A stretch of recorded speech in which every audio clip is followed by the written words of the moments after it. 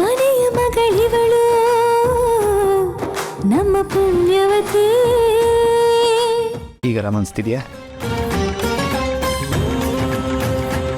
ಪೂರ್ವಿ, ಹಾಲನ್ನು ಅಭಿಷೇಕಕ್ಕೆ ಕೊಡೋಗು.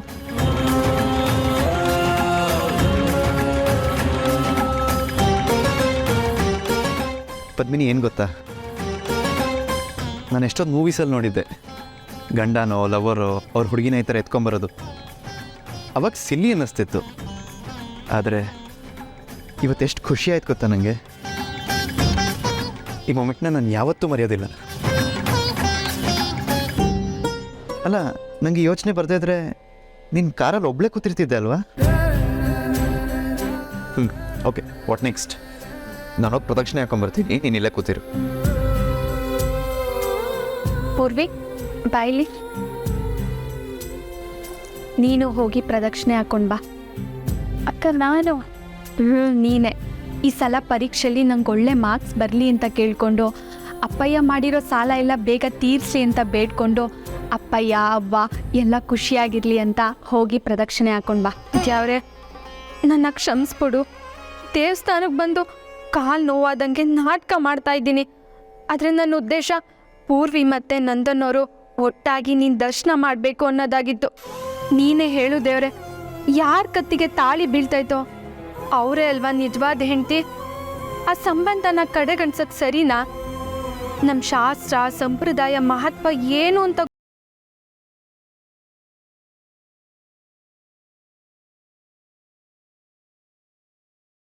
ಅದಕ್ಕೆ ನಿನ್ನ ಬೆಂಬಲ ಇರುತ್ತಾ?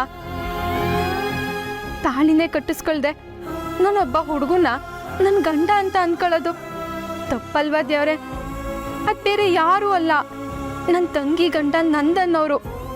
ಅವ್ರನ್ನ ನನ್ನ ಗಂಡ ಅಂತ ಹೇಗೆ ಒಪ್ಕೊಳ್ಳೋಕೈತದೆ? ತಪ್ಪು ಅಂತ ನನ್ನ ಮನ್ಸು ಹೇಳ್ತೈತೆ. ಇದಕ್ಕೆ ನೀನೇ ನ್ಯಾಯ ಕೊಡು. ಅವರಿಬ್ರನ್ನ ನೀನೇ ಒಂದು ಮಾಡು ದೇವ್ರೆ.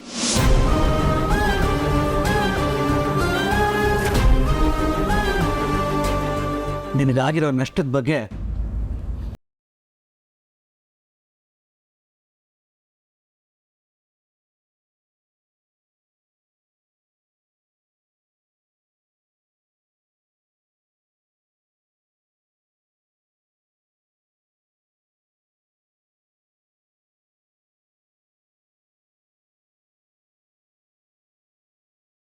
ಕೊಡಬೇಕು. ನೀನು ಹೇಳ್ಬಿಡು, ಆಗ್ಲಾದರೂ ನಿನಗೆ ಸಮಾಧಾನ ಆಗುತ್ತೋ ಏನೋ ಹೇಳು. ಹಾಂ, ಚೆನ್ನಾಗಿದೆ ಭಾವ. ಇದು ಶಿಕ್ಷೆ ಕೊಡೋಣ ಅಂತಿರಲ್ಲ. ನಿಜವಾಗ್ಲೂ ನಾನು ಶಿಕ್ಷೆ ಕೊಡೋ ಸ್ಥಾನದಲ್ಲಿದ್ದಿದ್ರೆ ನಿಮ್ಮ ಬಾಯಲ್ಲಿ ಇಂಥ ಮಾತು ಬರ್ತಿತ್ತ? ಈ ಮನೇಲಿ ನಮ್ಮ ನೋನ ಹೇಳ್ಕೊಳ್ಳೋ ಅವಕಾಶನೂ ಇಲ್ಲ. ಹೇಳ್ಕೊಂಡ್ರೆ ಬರೋದು ಇದೇ ಉತ್ತರ. ಇದೆಲ್ಲ ಗೊತ್ತಿದ್ರು ಛೇ, ಹಾಳಾದ ನನ್ನ ಬಾಯಿ ಸುಮ್ಮನೆ ಇರೋದಿಲ್ಲ. ಏನಾದರೂ ಒಂದು ಮಾತಾಡ್ಬಿಡ್ತೀನಿ, ಆಮೇಲೆ ಅನ್ಸ್ಕೊಳ್ತೀನಿ. ಇದೆಲ್ಲ ಬಿಟ್ಟಾಕಿ ಮಗನ ಮದುವೆ ಮಾಡಿದೆ ಅನ್ನೋ ತೃಪ್ತಿಲಿರೋ ನಿಮಗೆ ನಿಮ್ಮ ಮನಸ್ಸನ್ನ ಹಾಳು ಮಾಡಿದೆ ಅನ್ನೋ ಅಪವಾದ ನನ್ಗೆ ಯಾಕೆ? ನನ್ಗೆಲ್ದಿರೋ ಭಾಗ್ಯ ಬೇರೆಯವ್ರು ಅನುಭವಿಸ್ಬಾರ್ದು ಅನ್ನೋ ಕೆಟ್ಟ ಮನಸ್ಥಿತಿ ನನಗಿಲ್ಲ. ನೋಡಿ, ನಂದನ್ ಮದುವೆ ಆಗಿರೋದು ನನಗೂ ತುಂಬ ಖುಷಿ ಇದೆ. ಅವನು ನನ್ನ ಮಗನ ಹಾಗೇನೆ.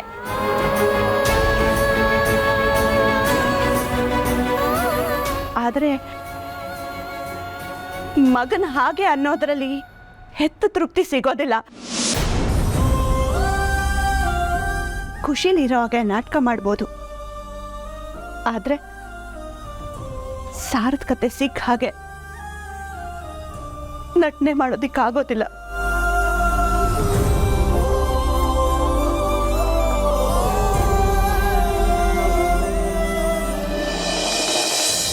ಅದರಲ್ಲೂ ಇದು ಸಿಕ್ಕಿದ್ದು ಪದ್ಮಿನಿ ರೂಮಲ್ಲಿ.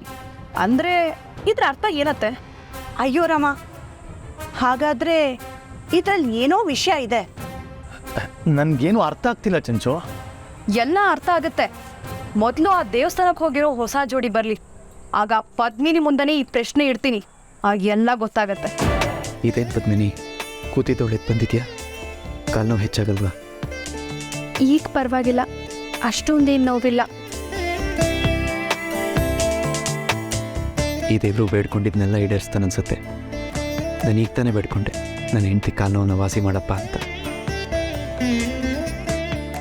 ನಿಜ ಪದ್ಮಿನಿ. ಓಂ ಕಲ್ಯಾಣಾದ್ಭುತಗಾತ್ರಾಯ ಕಾಮಿತಾರ್ಥ ಪ್ರದಾಯಿನೇ ಶ್ರೀಮದ್ ವೆಂಕಟನಾಥಾಯ ಶ್ರೀನಿವಾಸಾಯ ಮಂಗಲಂ. ಓಂ ಶ್ರೀ ಮಹಾಲಕ್ಷ್ಮೀ ವೆಂಕಟೇಶ್ವರಾಭ್ಯೋ ನಮಃ. ಕರ್ಪೂರಗೌರಂ ಕರುಣಾವತಾರಂ ಸಂಸಾರಸಾರಂ ಭುಜಗೇಂದ್ರ ಆರಂ ಸದಾ ವಸಂತಂ ಹೃದಯಾರವಿಂದೇ ಭವಂ ಭವಾಮಿ ಸಹಿತಂ ನಮಾಮಿ. ಕರ್ಪೂರ ನೀರಾಂಜನಂ ದರ್ಶಯಾಮಿ. ಲಕ್ಷ್ಮೀರಮಣಪಾಧಾರವಿಂದ ಗೋವಿಂದ ಗೋವಿಂದ. ಪಾಪ ಅರ್ಚಕ್ರಿಗೆ ಗೊತ್ತಾಗಲಿಲ್ಲ ಅನ್ಸುತ್ತೆ, ನನ್ನ ಪೂರ್ವಿನ ಗಂಡ ಹೆಂಡತಿ ಅನ್ಕೊಂಡ್ಬಿಟ್ಟಿದ್ದಾರೆ. ಬೇಜಾರು ಮಾಡ್ಕೋಬೇಡ ಪದ್ಮಿನಿ, ಅರ್ಚಕ್ರಿಗೆ ಗೊತ್ತಾಗದಿದ್ರೆ ಏನಂತೆ, ಆ ದೇವ್ರಿಗೆ ಗೊತ್ತಲ್ಲ ನಾನು ನೀನು ಗಂಡ ಹೆಂಡತಿ ಅಂತ. ಪೂರ್ವಿ, ಆ ಹೂವು ಕೊಡು. ತಿರುಗು ಪದ್ಮಿನಿ. ಛೇ, ಎಂಥ ಕೆಲಸ ಆಗೋಯ್ತು. ಆ್ಯಕ್ಚುಲಿ ನೆನ್ನೆ ನಿಂಗೆ ಮುಡಿಸ್ಬೇಕಂತ ಮಲ್ಲಿಗೆ ಹೂ ತಂದಿದ್ದೆ, ಆದರೆ ನೀನು ಹೇಳ್ದೆ ಕೇಳ್ದೆ ಎಲ್ಲೋ ಆಚೆ ಹೋಗಿದ್ಯಲ್ಲ, ಆ ಬೇಜಾರಲ್ಲಿ ನಿಂಗೆ ಕೊಡೋದೇ ಮರ್ತೋದೆ. ನಮ್ಮ ಆಸೆನ ದೇವರು ಹೀಗೆ ಪೂರೈಸ್ತಿದ್ದಾನೆ.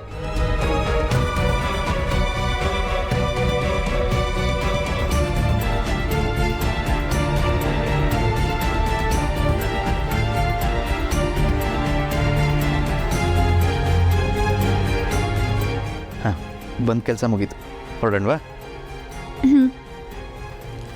ಬೇಡ, ನನಗೆ ಕಾಲು ನೋವು ಏನಿಲ್ಲ, ನಾನೇ ನಡ್ಕೊಂಬರ್ತೀನಿ.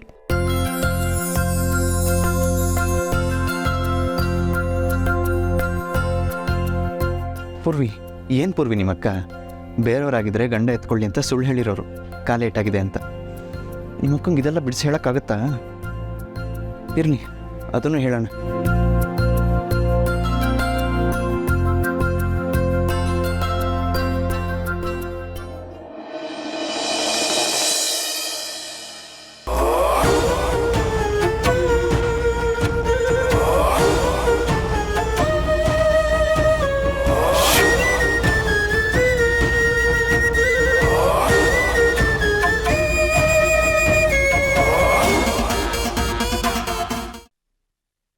ಚಂಚಲಾತ್ಗೆ ನೀವು ಯಾವಾಗ ಬಂದ್ರಿ?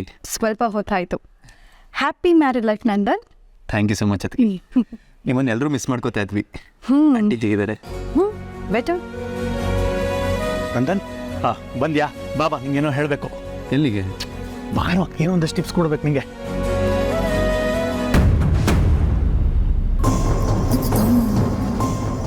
Happy married life Padmini.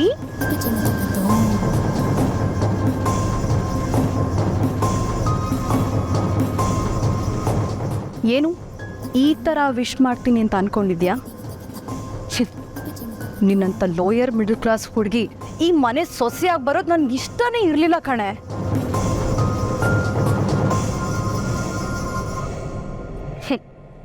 ಆದರೂ ಈ ಮನೆ ಸೊಸೆಯಾಗಿ ಬಂದ್ಬಿಟ್ಟೆ ಅಲ್ಲ, ಅದು ನೀನು ಮಾಡಿರೋ ಮೊದಲನೇ ತಪ್ಪು.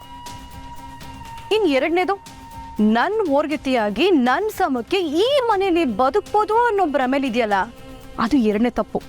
ಈ ಎರಡನೇ ತಪ್ಪನ್ನು ಮಾತ್ರ ನಾನು ಕ್ಷಮಿಸಲ್ಲ ಕಣೆ. ಇದಕ್ಕೆ ಶಿಕ್ಷೆನ ಪ್ರತಿದಿನ ನೀನು ಈ ಮನೇಲಿ ಅನುಭವಿಸ್ತೀಯ, ಅದಂತೂ ಗ್ಯಾರಂಟಿ. ಬಟ್ ಯಾವ ಥರ ಅನುಭವಿಸ್ತೀಯ ಅನ್ನೋದೇ ಸಸ್ಪೆನ್ಸ್.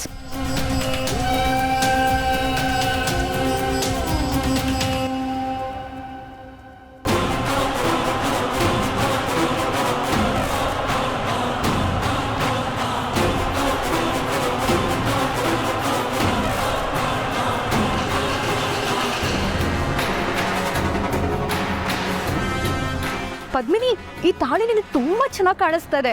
ಒಂಥರ ಹೊಸ ಕಳೆ ಬಂದ್ಬಿಟ್ಟಿದೆ.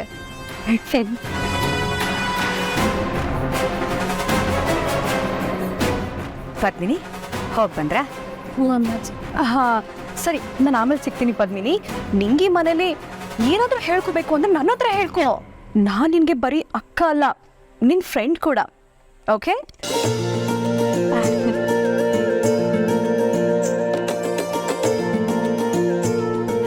ಸರಿ, ಬನ್ರಮ್ಮ ಅವಳಿಗೆ.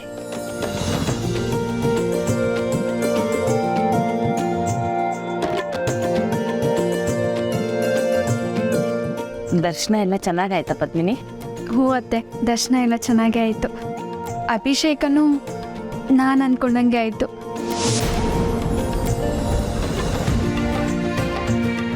ನೋಡು ಪದ್ಮಿನಿ, ಈ ಅಭಿಷೇಕದ ಹಾಲನ್ನು ನೀನು ನಂದನಿಬ್ಬರು ಕುಡಿಬೇಕು, ಸರಿನಾ? ಹಾಗೆ ಇನ್ನೊಂದು ವಿಷಯ, ಈ ಮನೆಗೆ ನೀನು ಚಿಕ್ಕ ಸೊಸೆ, ಎಲ್ರಿಗಿಂತ ವಯಸ್ಸನ್ನು ತುಂಬ ಚಿಕ್ಕವಳು. ನಾನು ಮನೆಗೆ ಸೊಸೆಯನ್ನು ಆಯ್ಕೆ ಮಾಡುವಾಗ ತುಂಬ ನಿರೀಕ್ಷೆ ಇಟ್ಕೊಂಡು ಆಯ್ಕೆ ಮಾಡ್ತೀನಿ. ಹಾಗಂತ ನನ್ನ ಸೊಸೆಯರು ನನ್ನ ಆಸೆನ ನಿರಾಸೆ ಮಾಡಿದ್ರು ಅಂತಲ್ಲ, ನಾನು ಕೊಟ್ಟ ಜವಾಬ್ದಾರಿನ ಸರಿಯಾಗಿ ನೀಸ್ತಾ ಇಲ್ಲ ಅಂತನೂ ಅಲ್ಲ. ಆದರೆ ನಿನ್ನ ಮೇಲೆ ನನಗೆ ವಿಶೇಷವಾದ ನಂಬಿಕೆ ಪದ್ಮಿನಿ. ಎಲ್ಲನೂ ನಿಭಾಯಿಸ್ತೀಯ ಅನ್ನೋ ನಂಬಿಕೆ, ವಿಶ್ವಾಸ. ಆ ವಿಶ್ವಾಸನ ಸರಿಯಾಗಿ ನೀನು ಉಳಿಸ್ಕೋಬೇಕು, ಸರಿನಾ? ಅಮ್ಮಾಜಿ, ನಾನು ಹೌದು. ಯಾಕಮ್ಮ ಅನುಮಾನನ? ನಾನು ಹೇಳಿದ್ನಲ್ಲ ನಿನ್ನ ಮೇಲೆ ನನಗೆ ನಂಬಿಕೆ ಇದೆ ಅಂತ. ನಿನ್ನ ಮೇಲೆ ನಿನಗೂ ನಂಬಿಕೆ ಬರೋದ್ರ ಜೊತೆಗೆ ನಮ್ಮನೆಯವರೆಲ್ರಿಗೂ ನಂಬಿಕೆ ಬರಬೇಕಲ್ವಾ?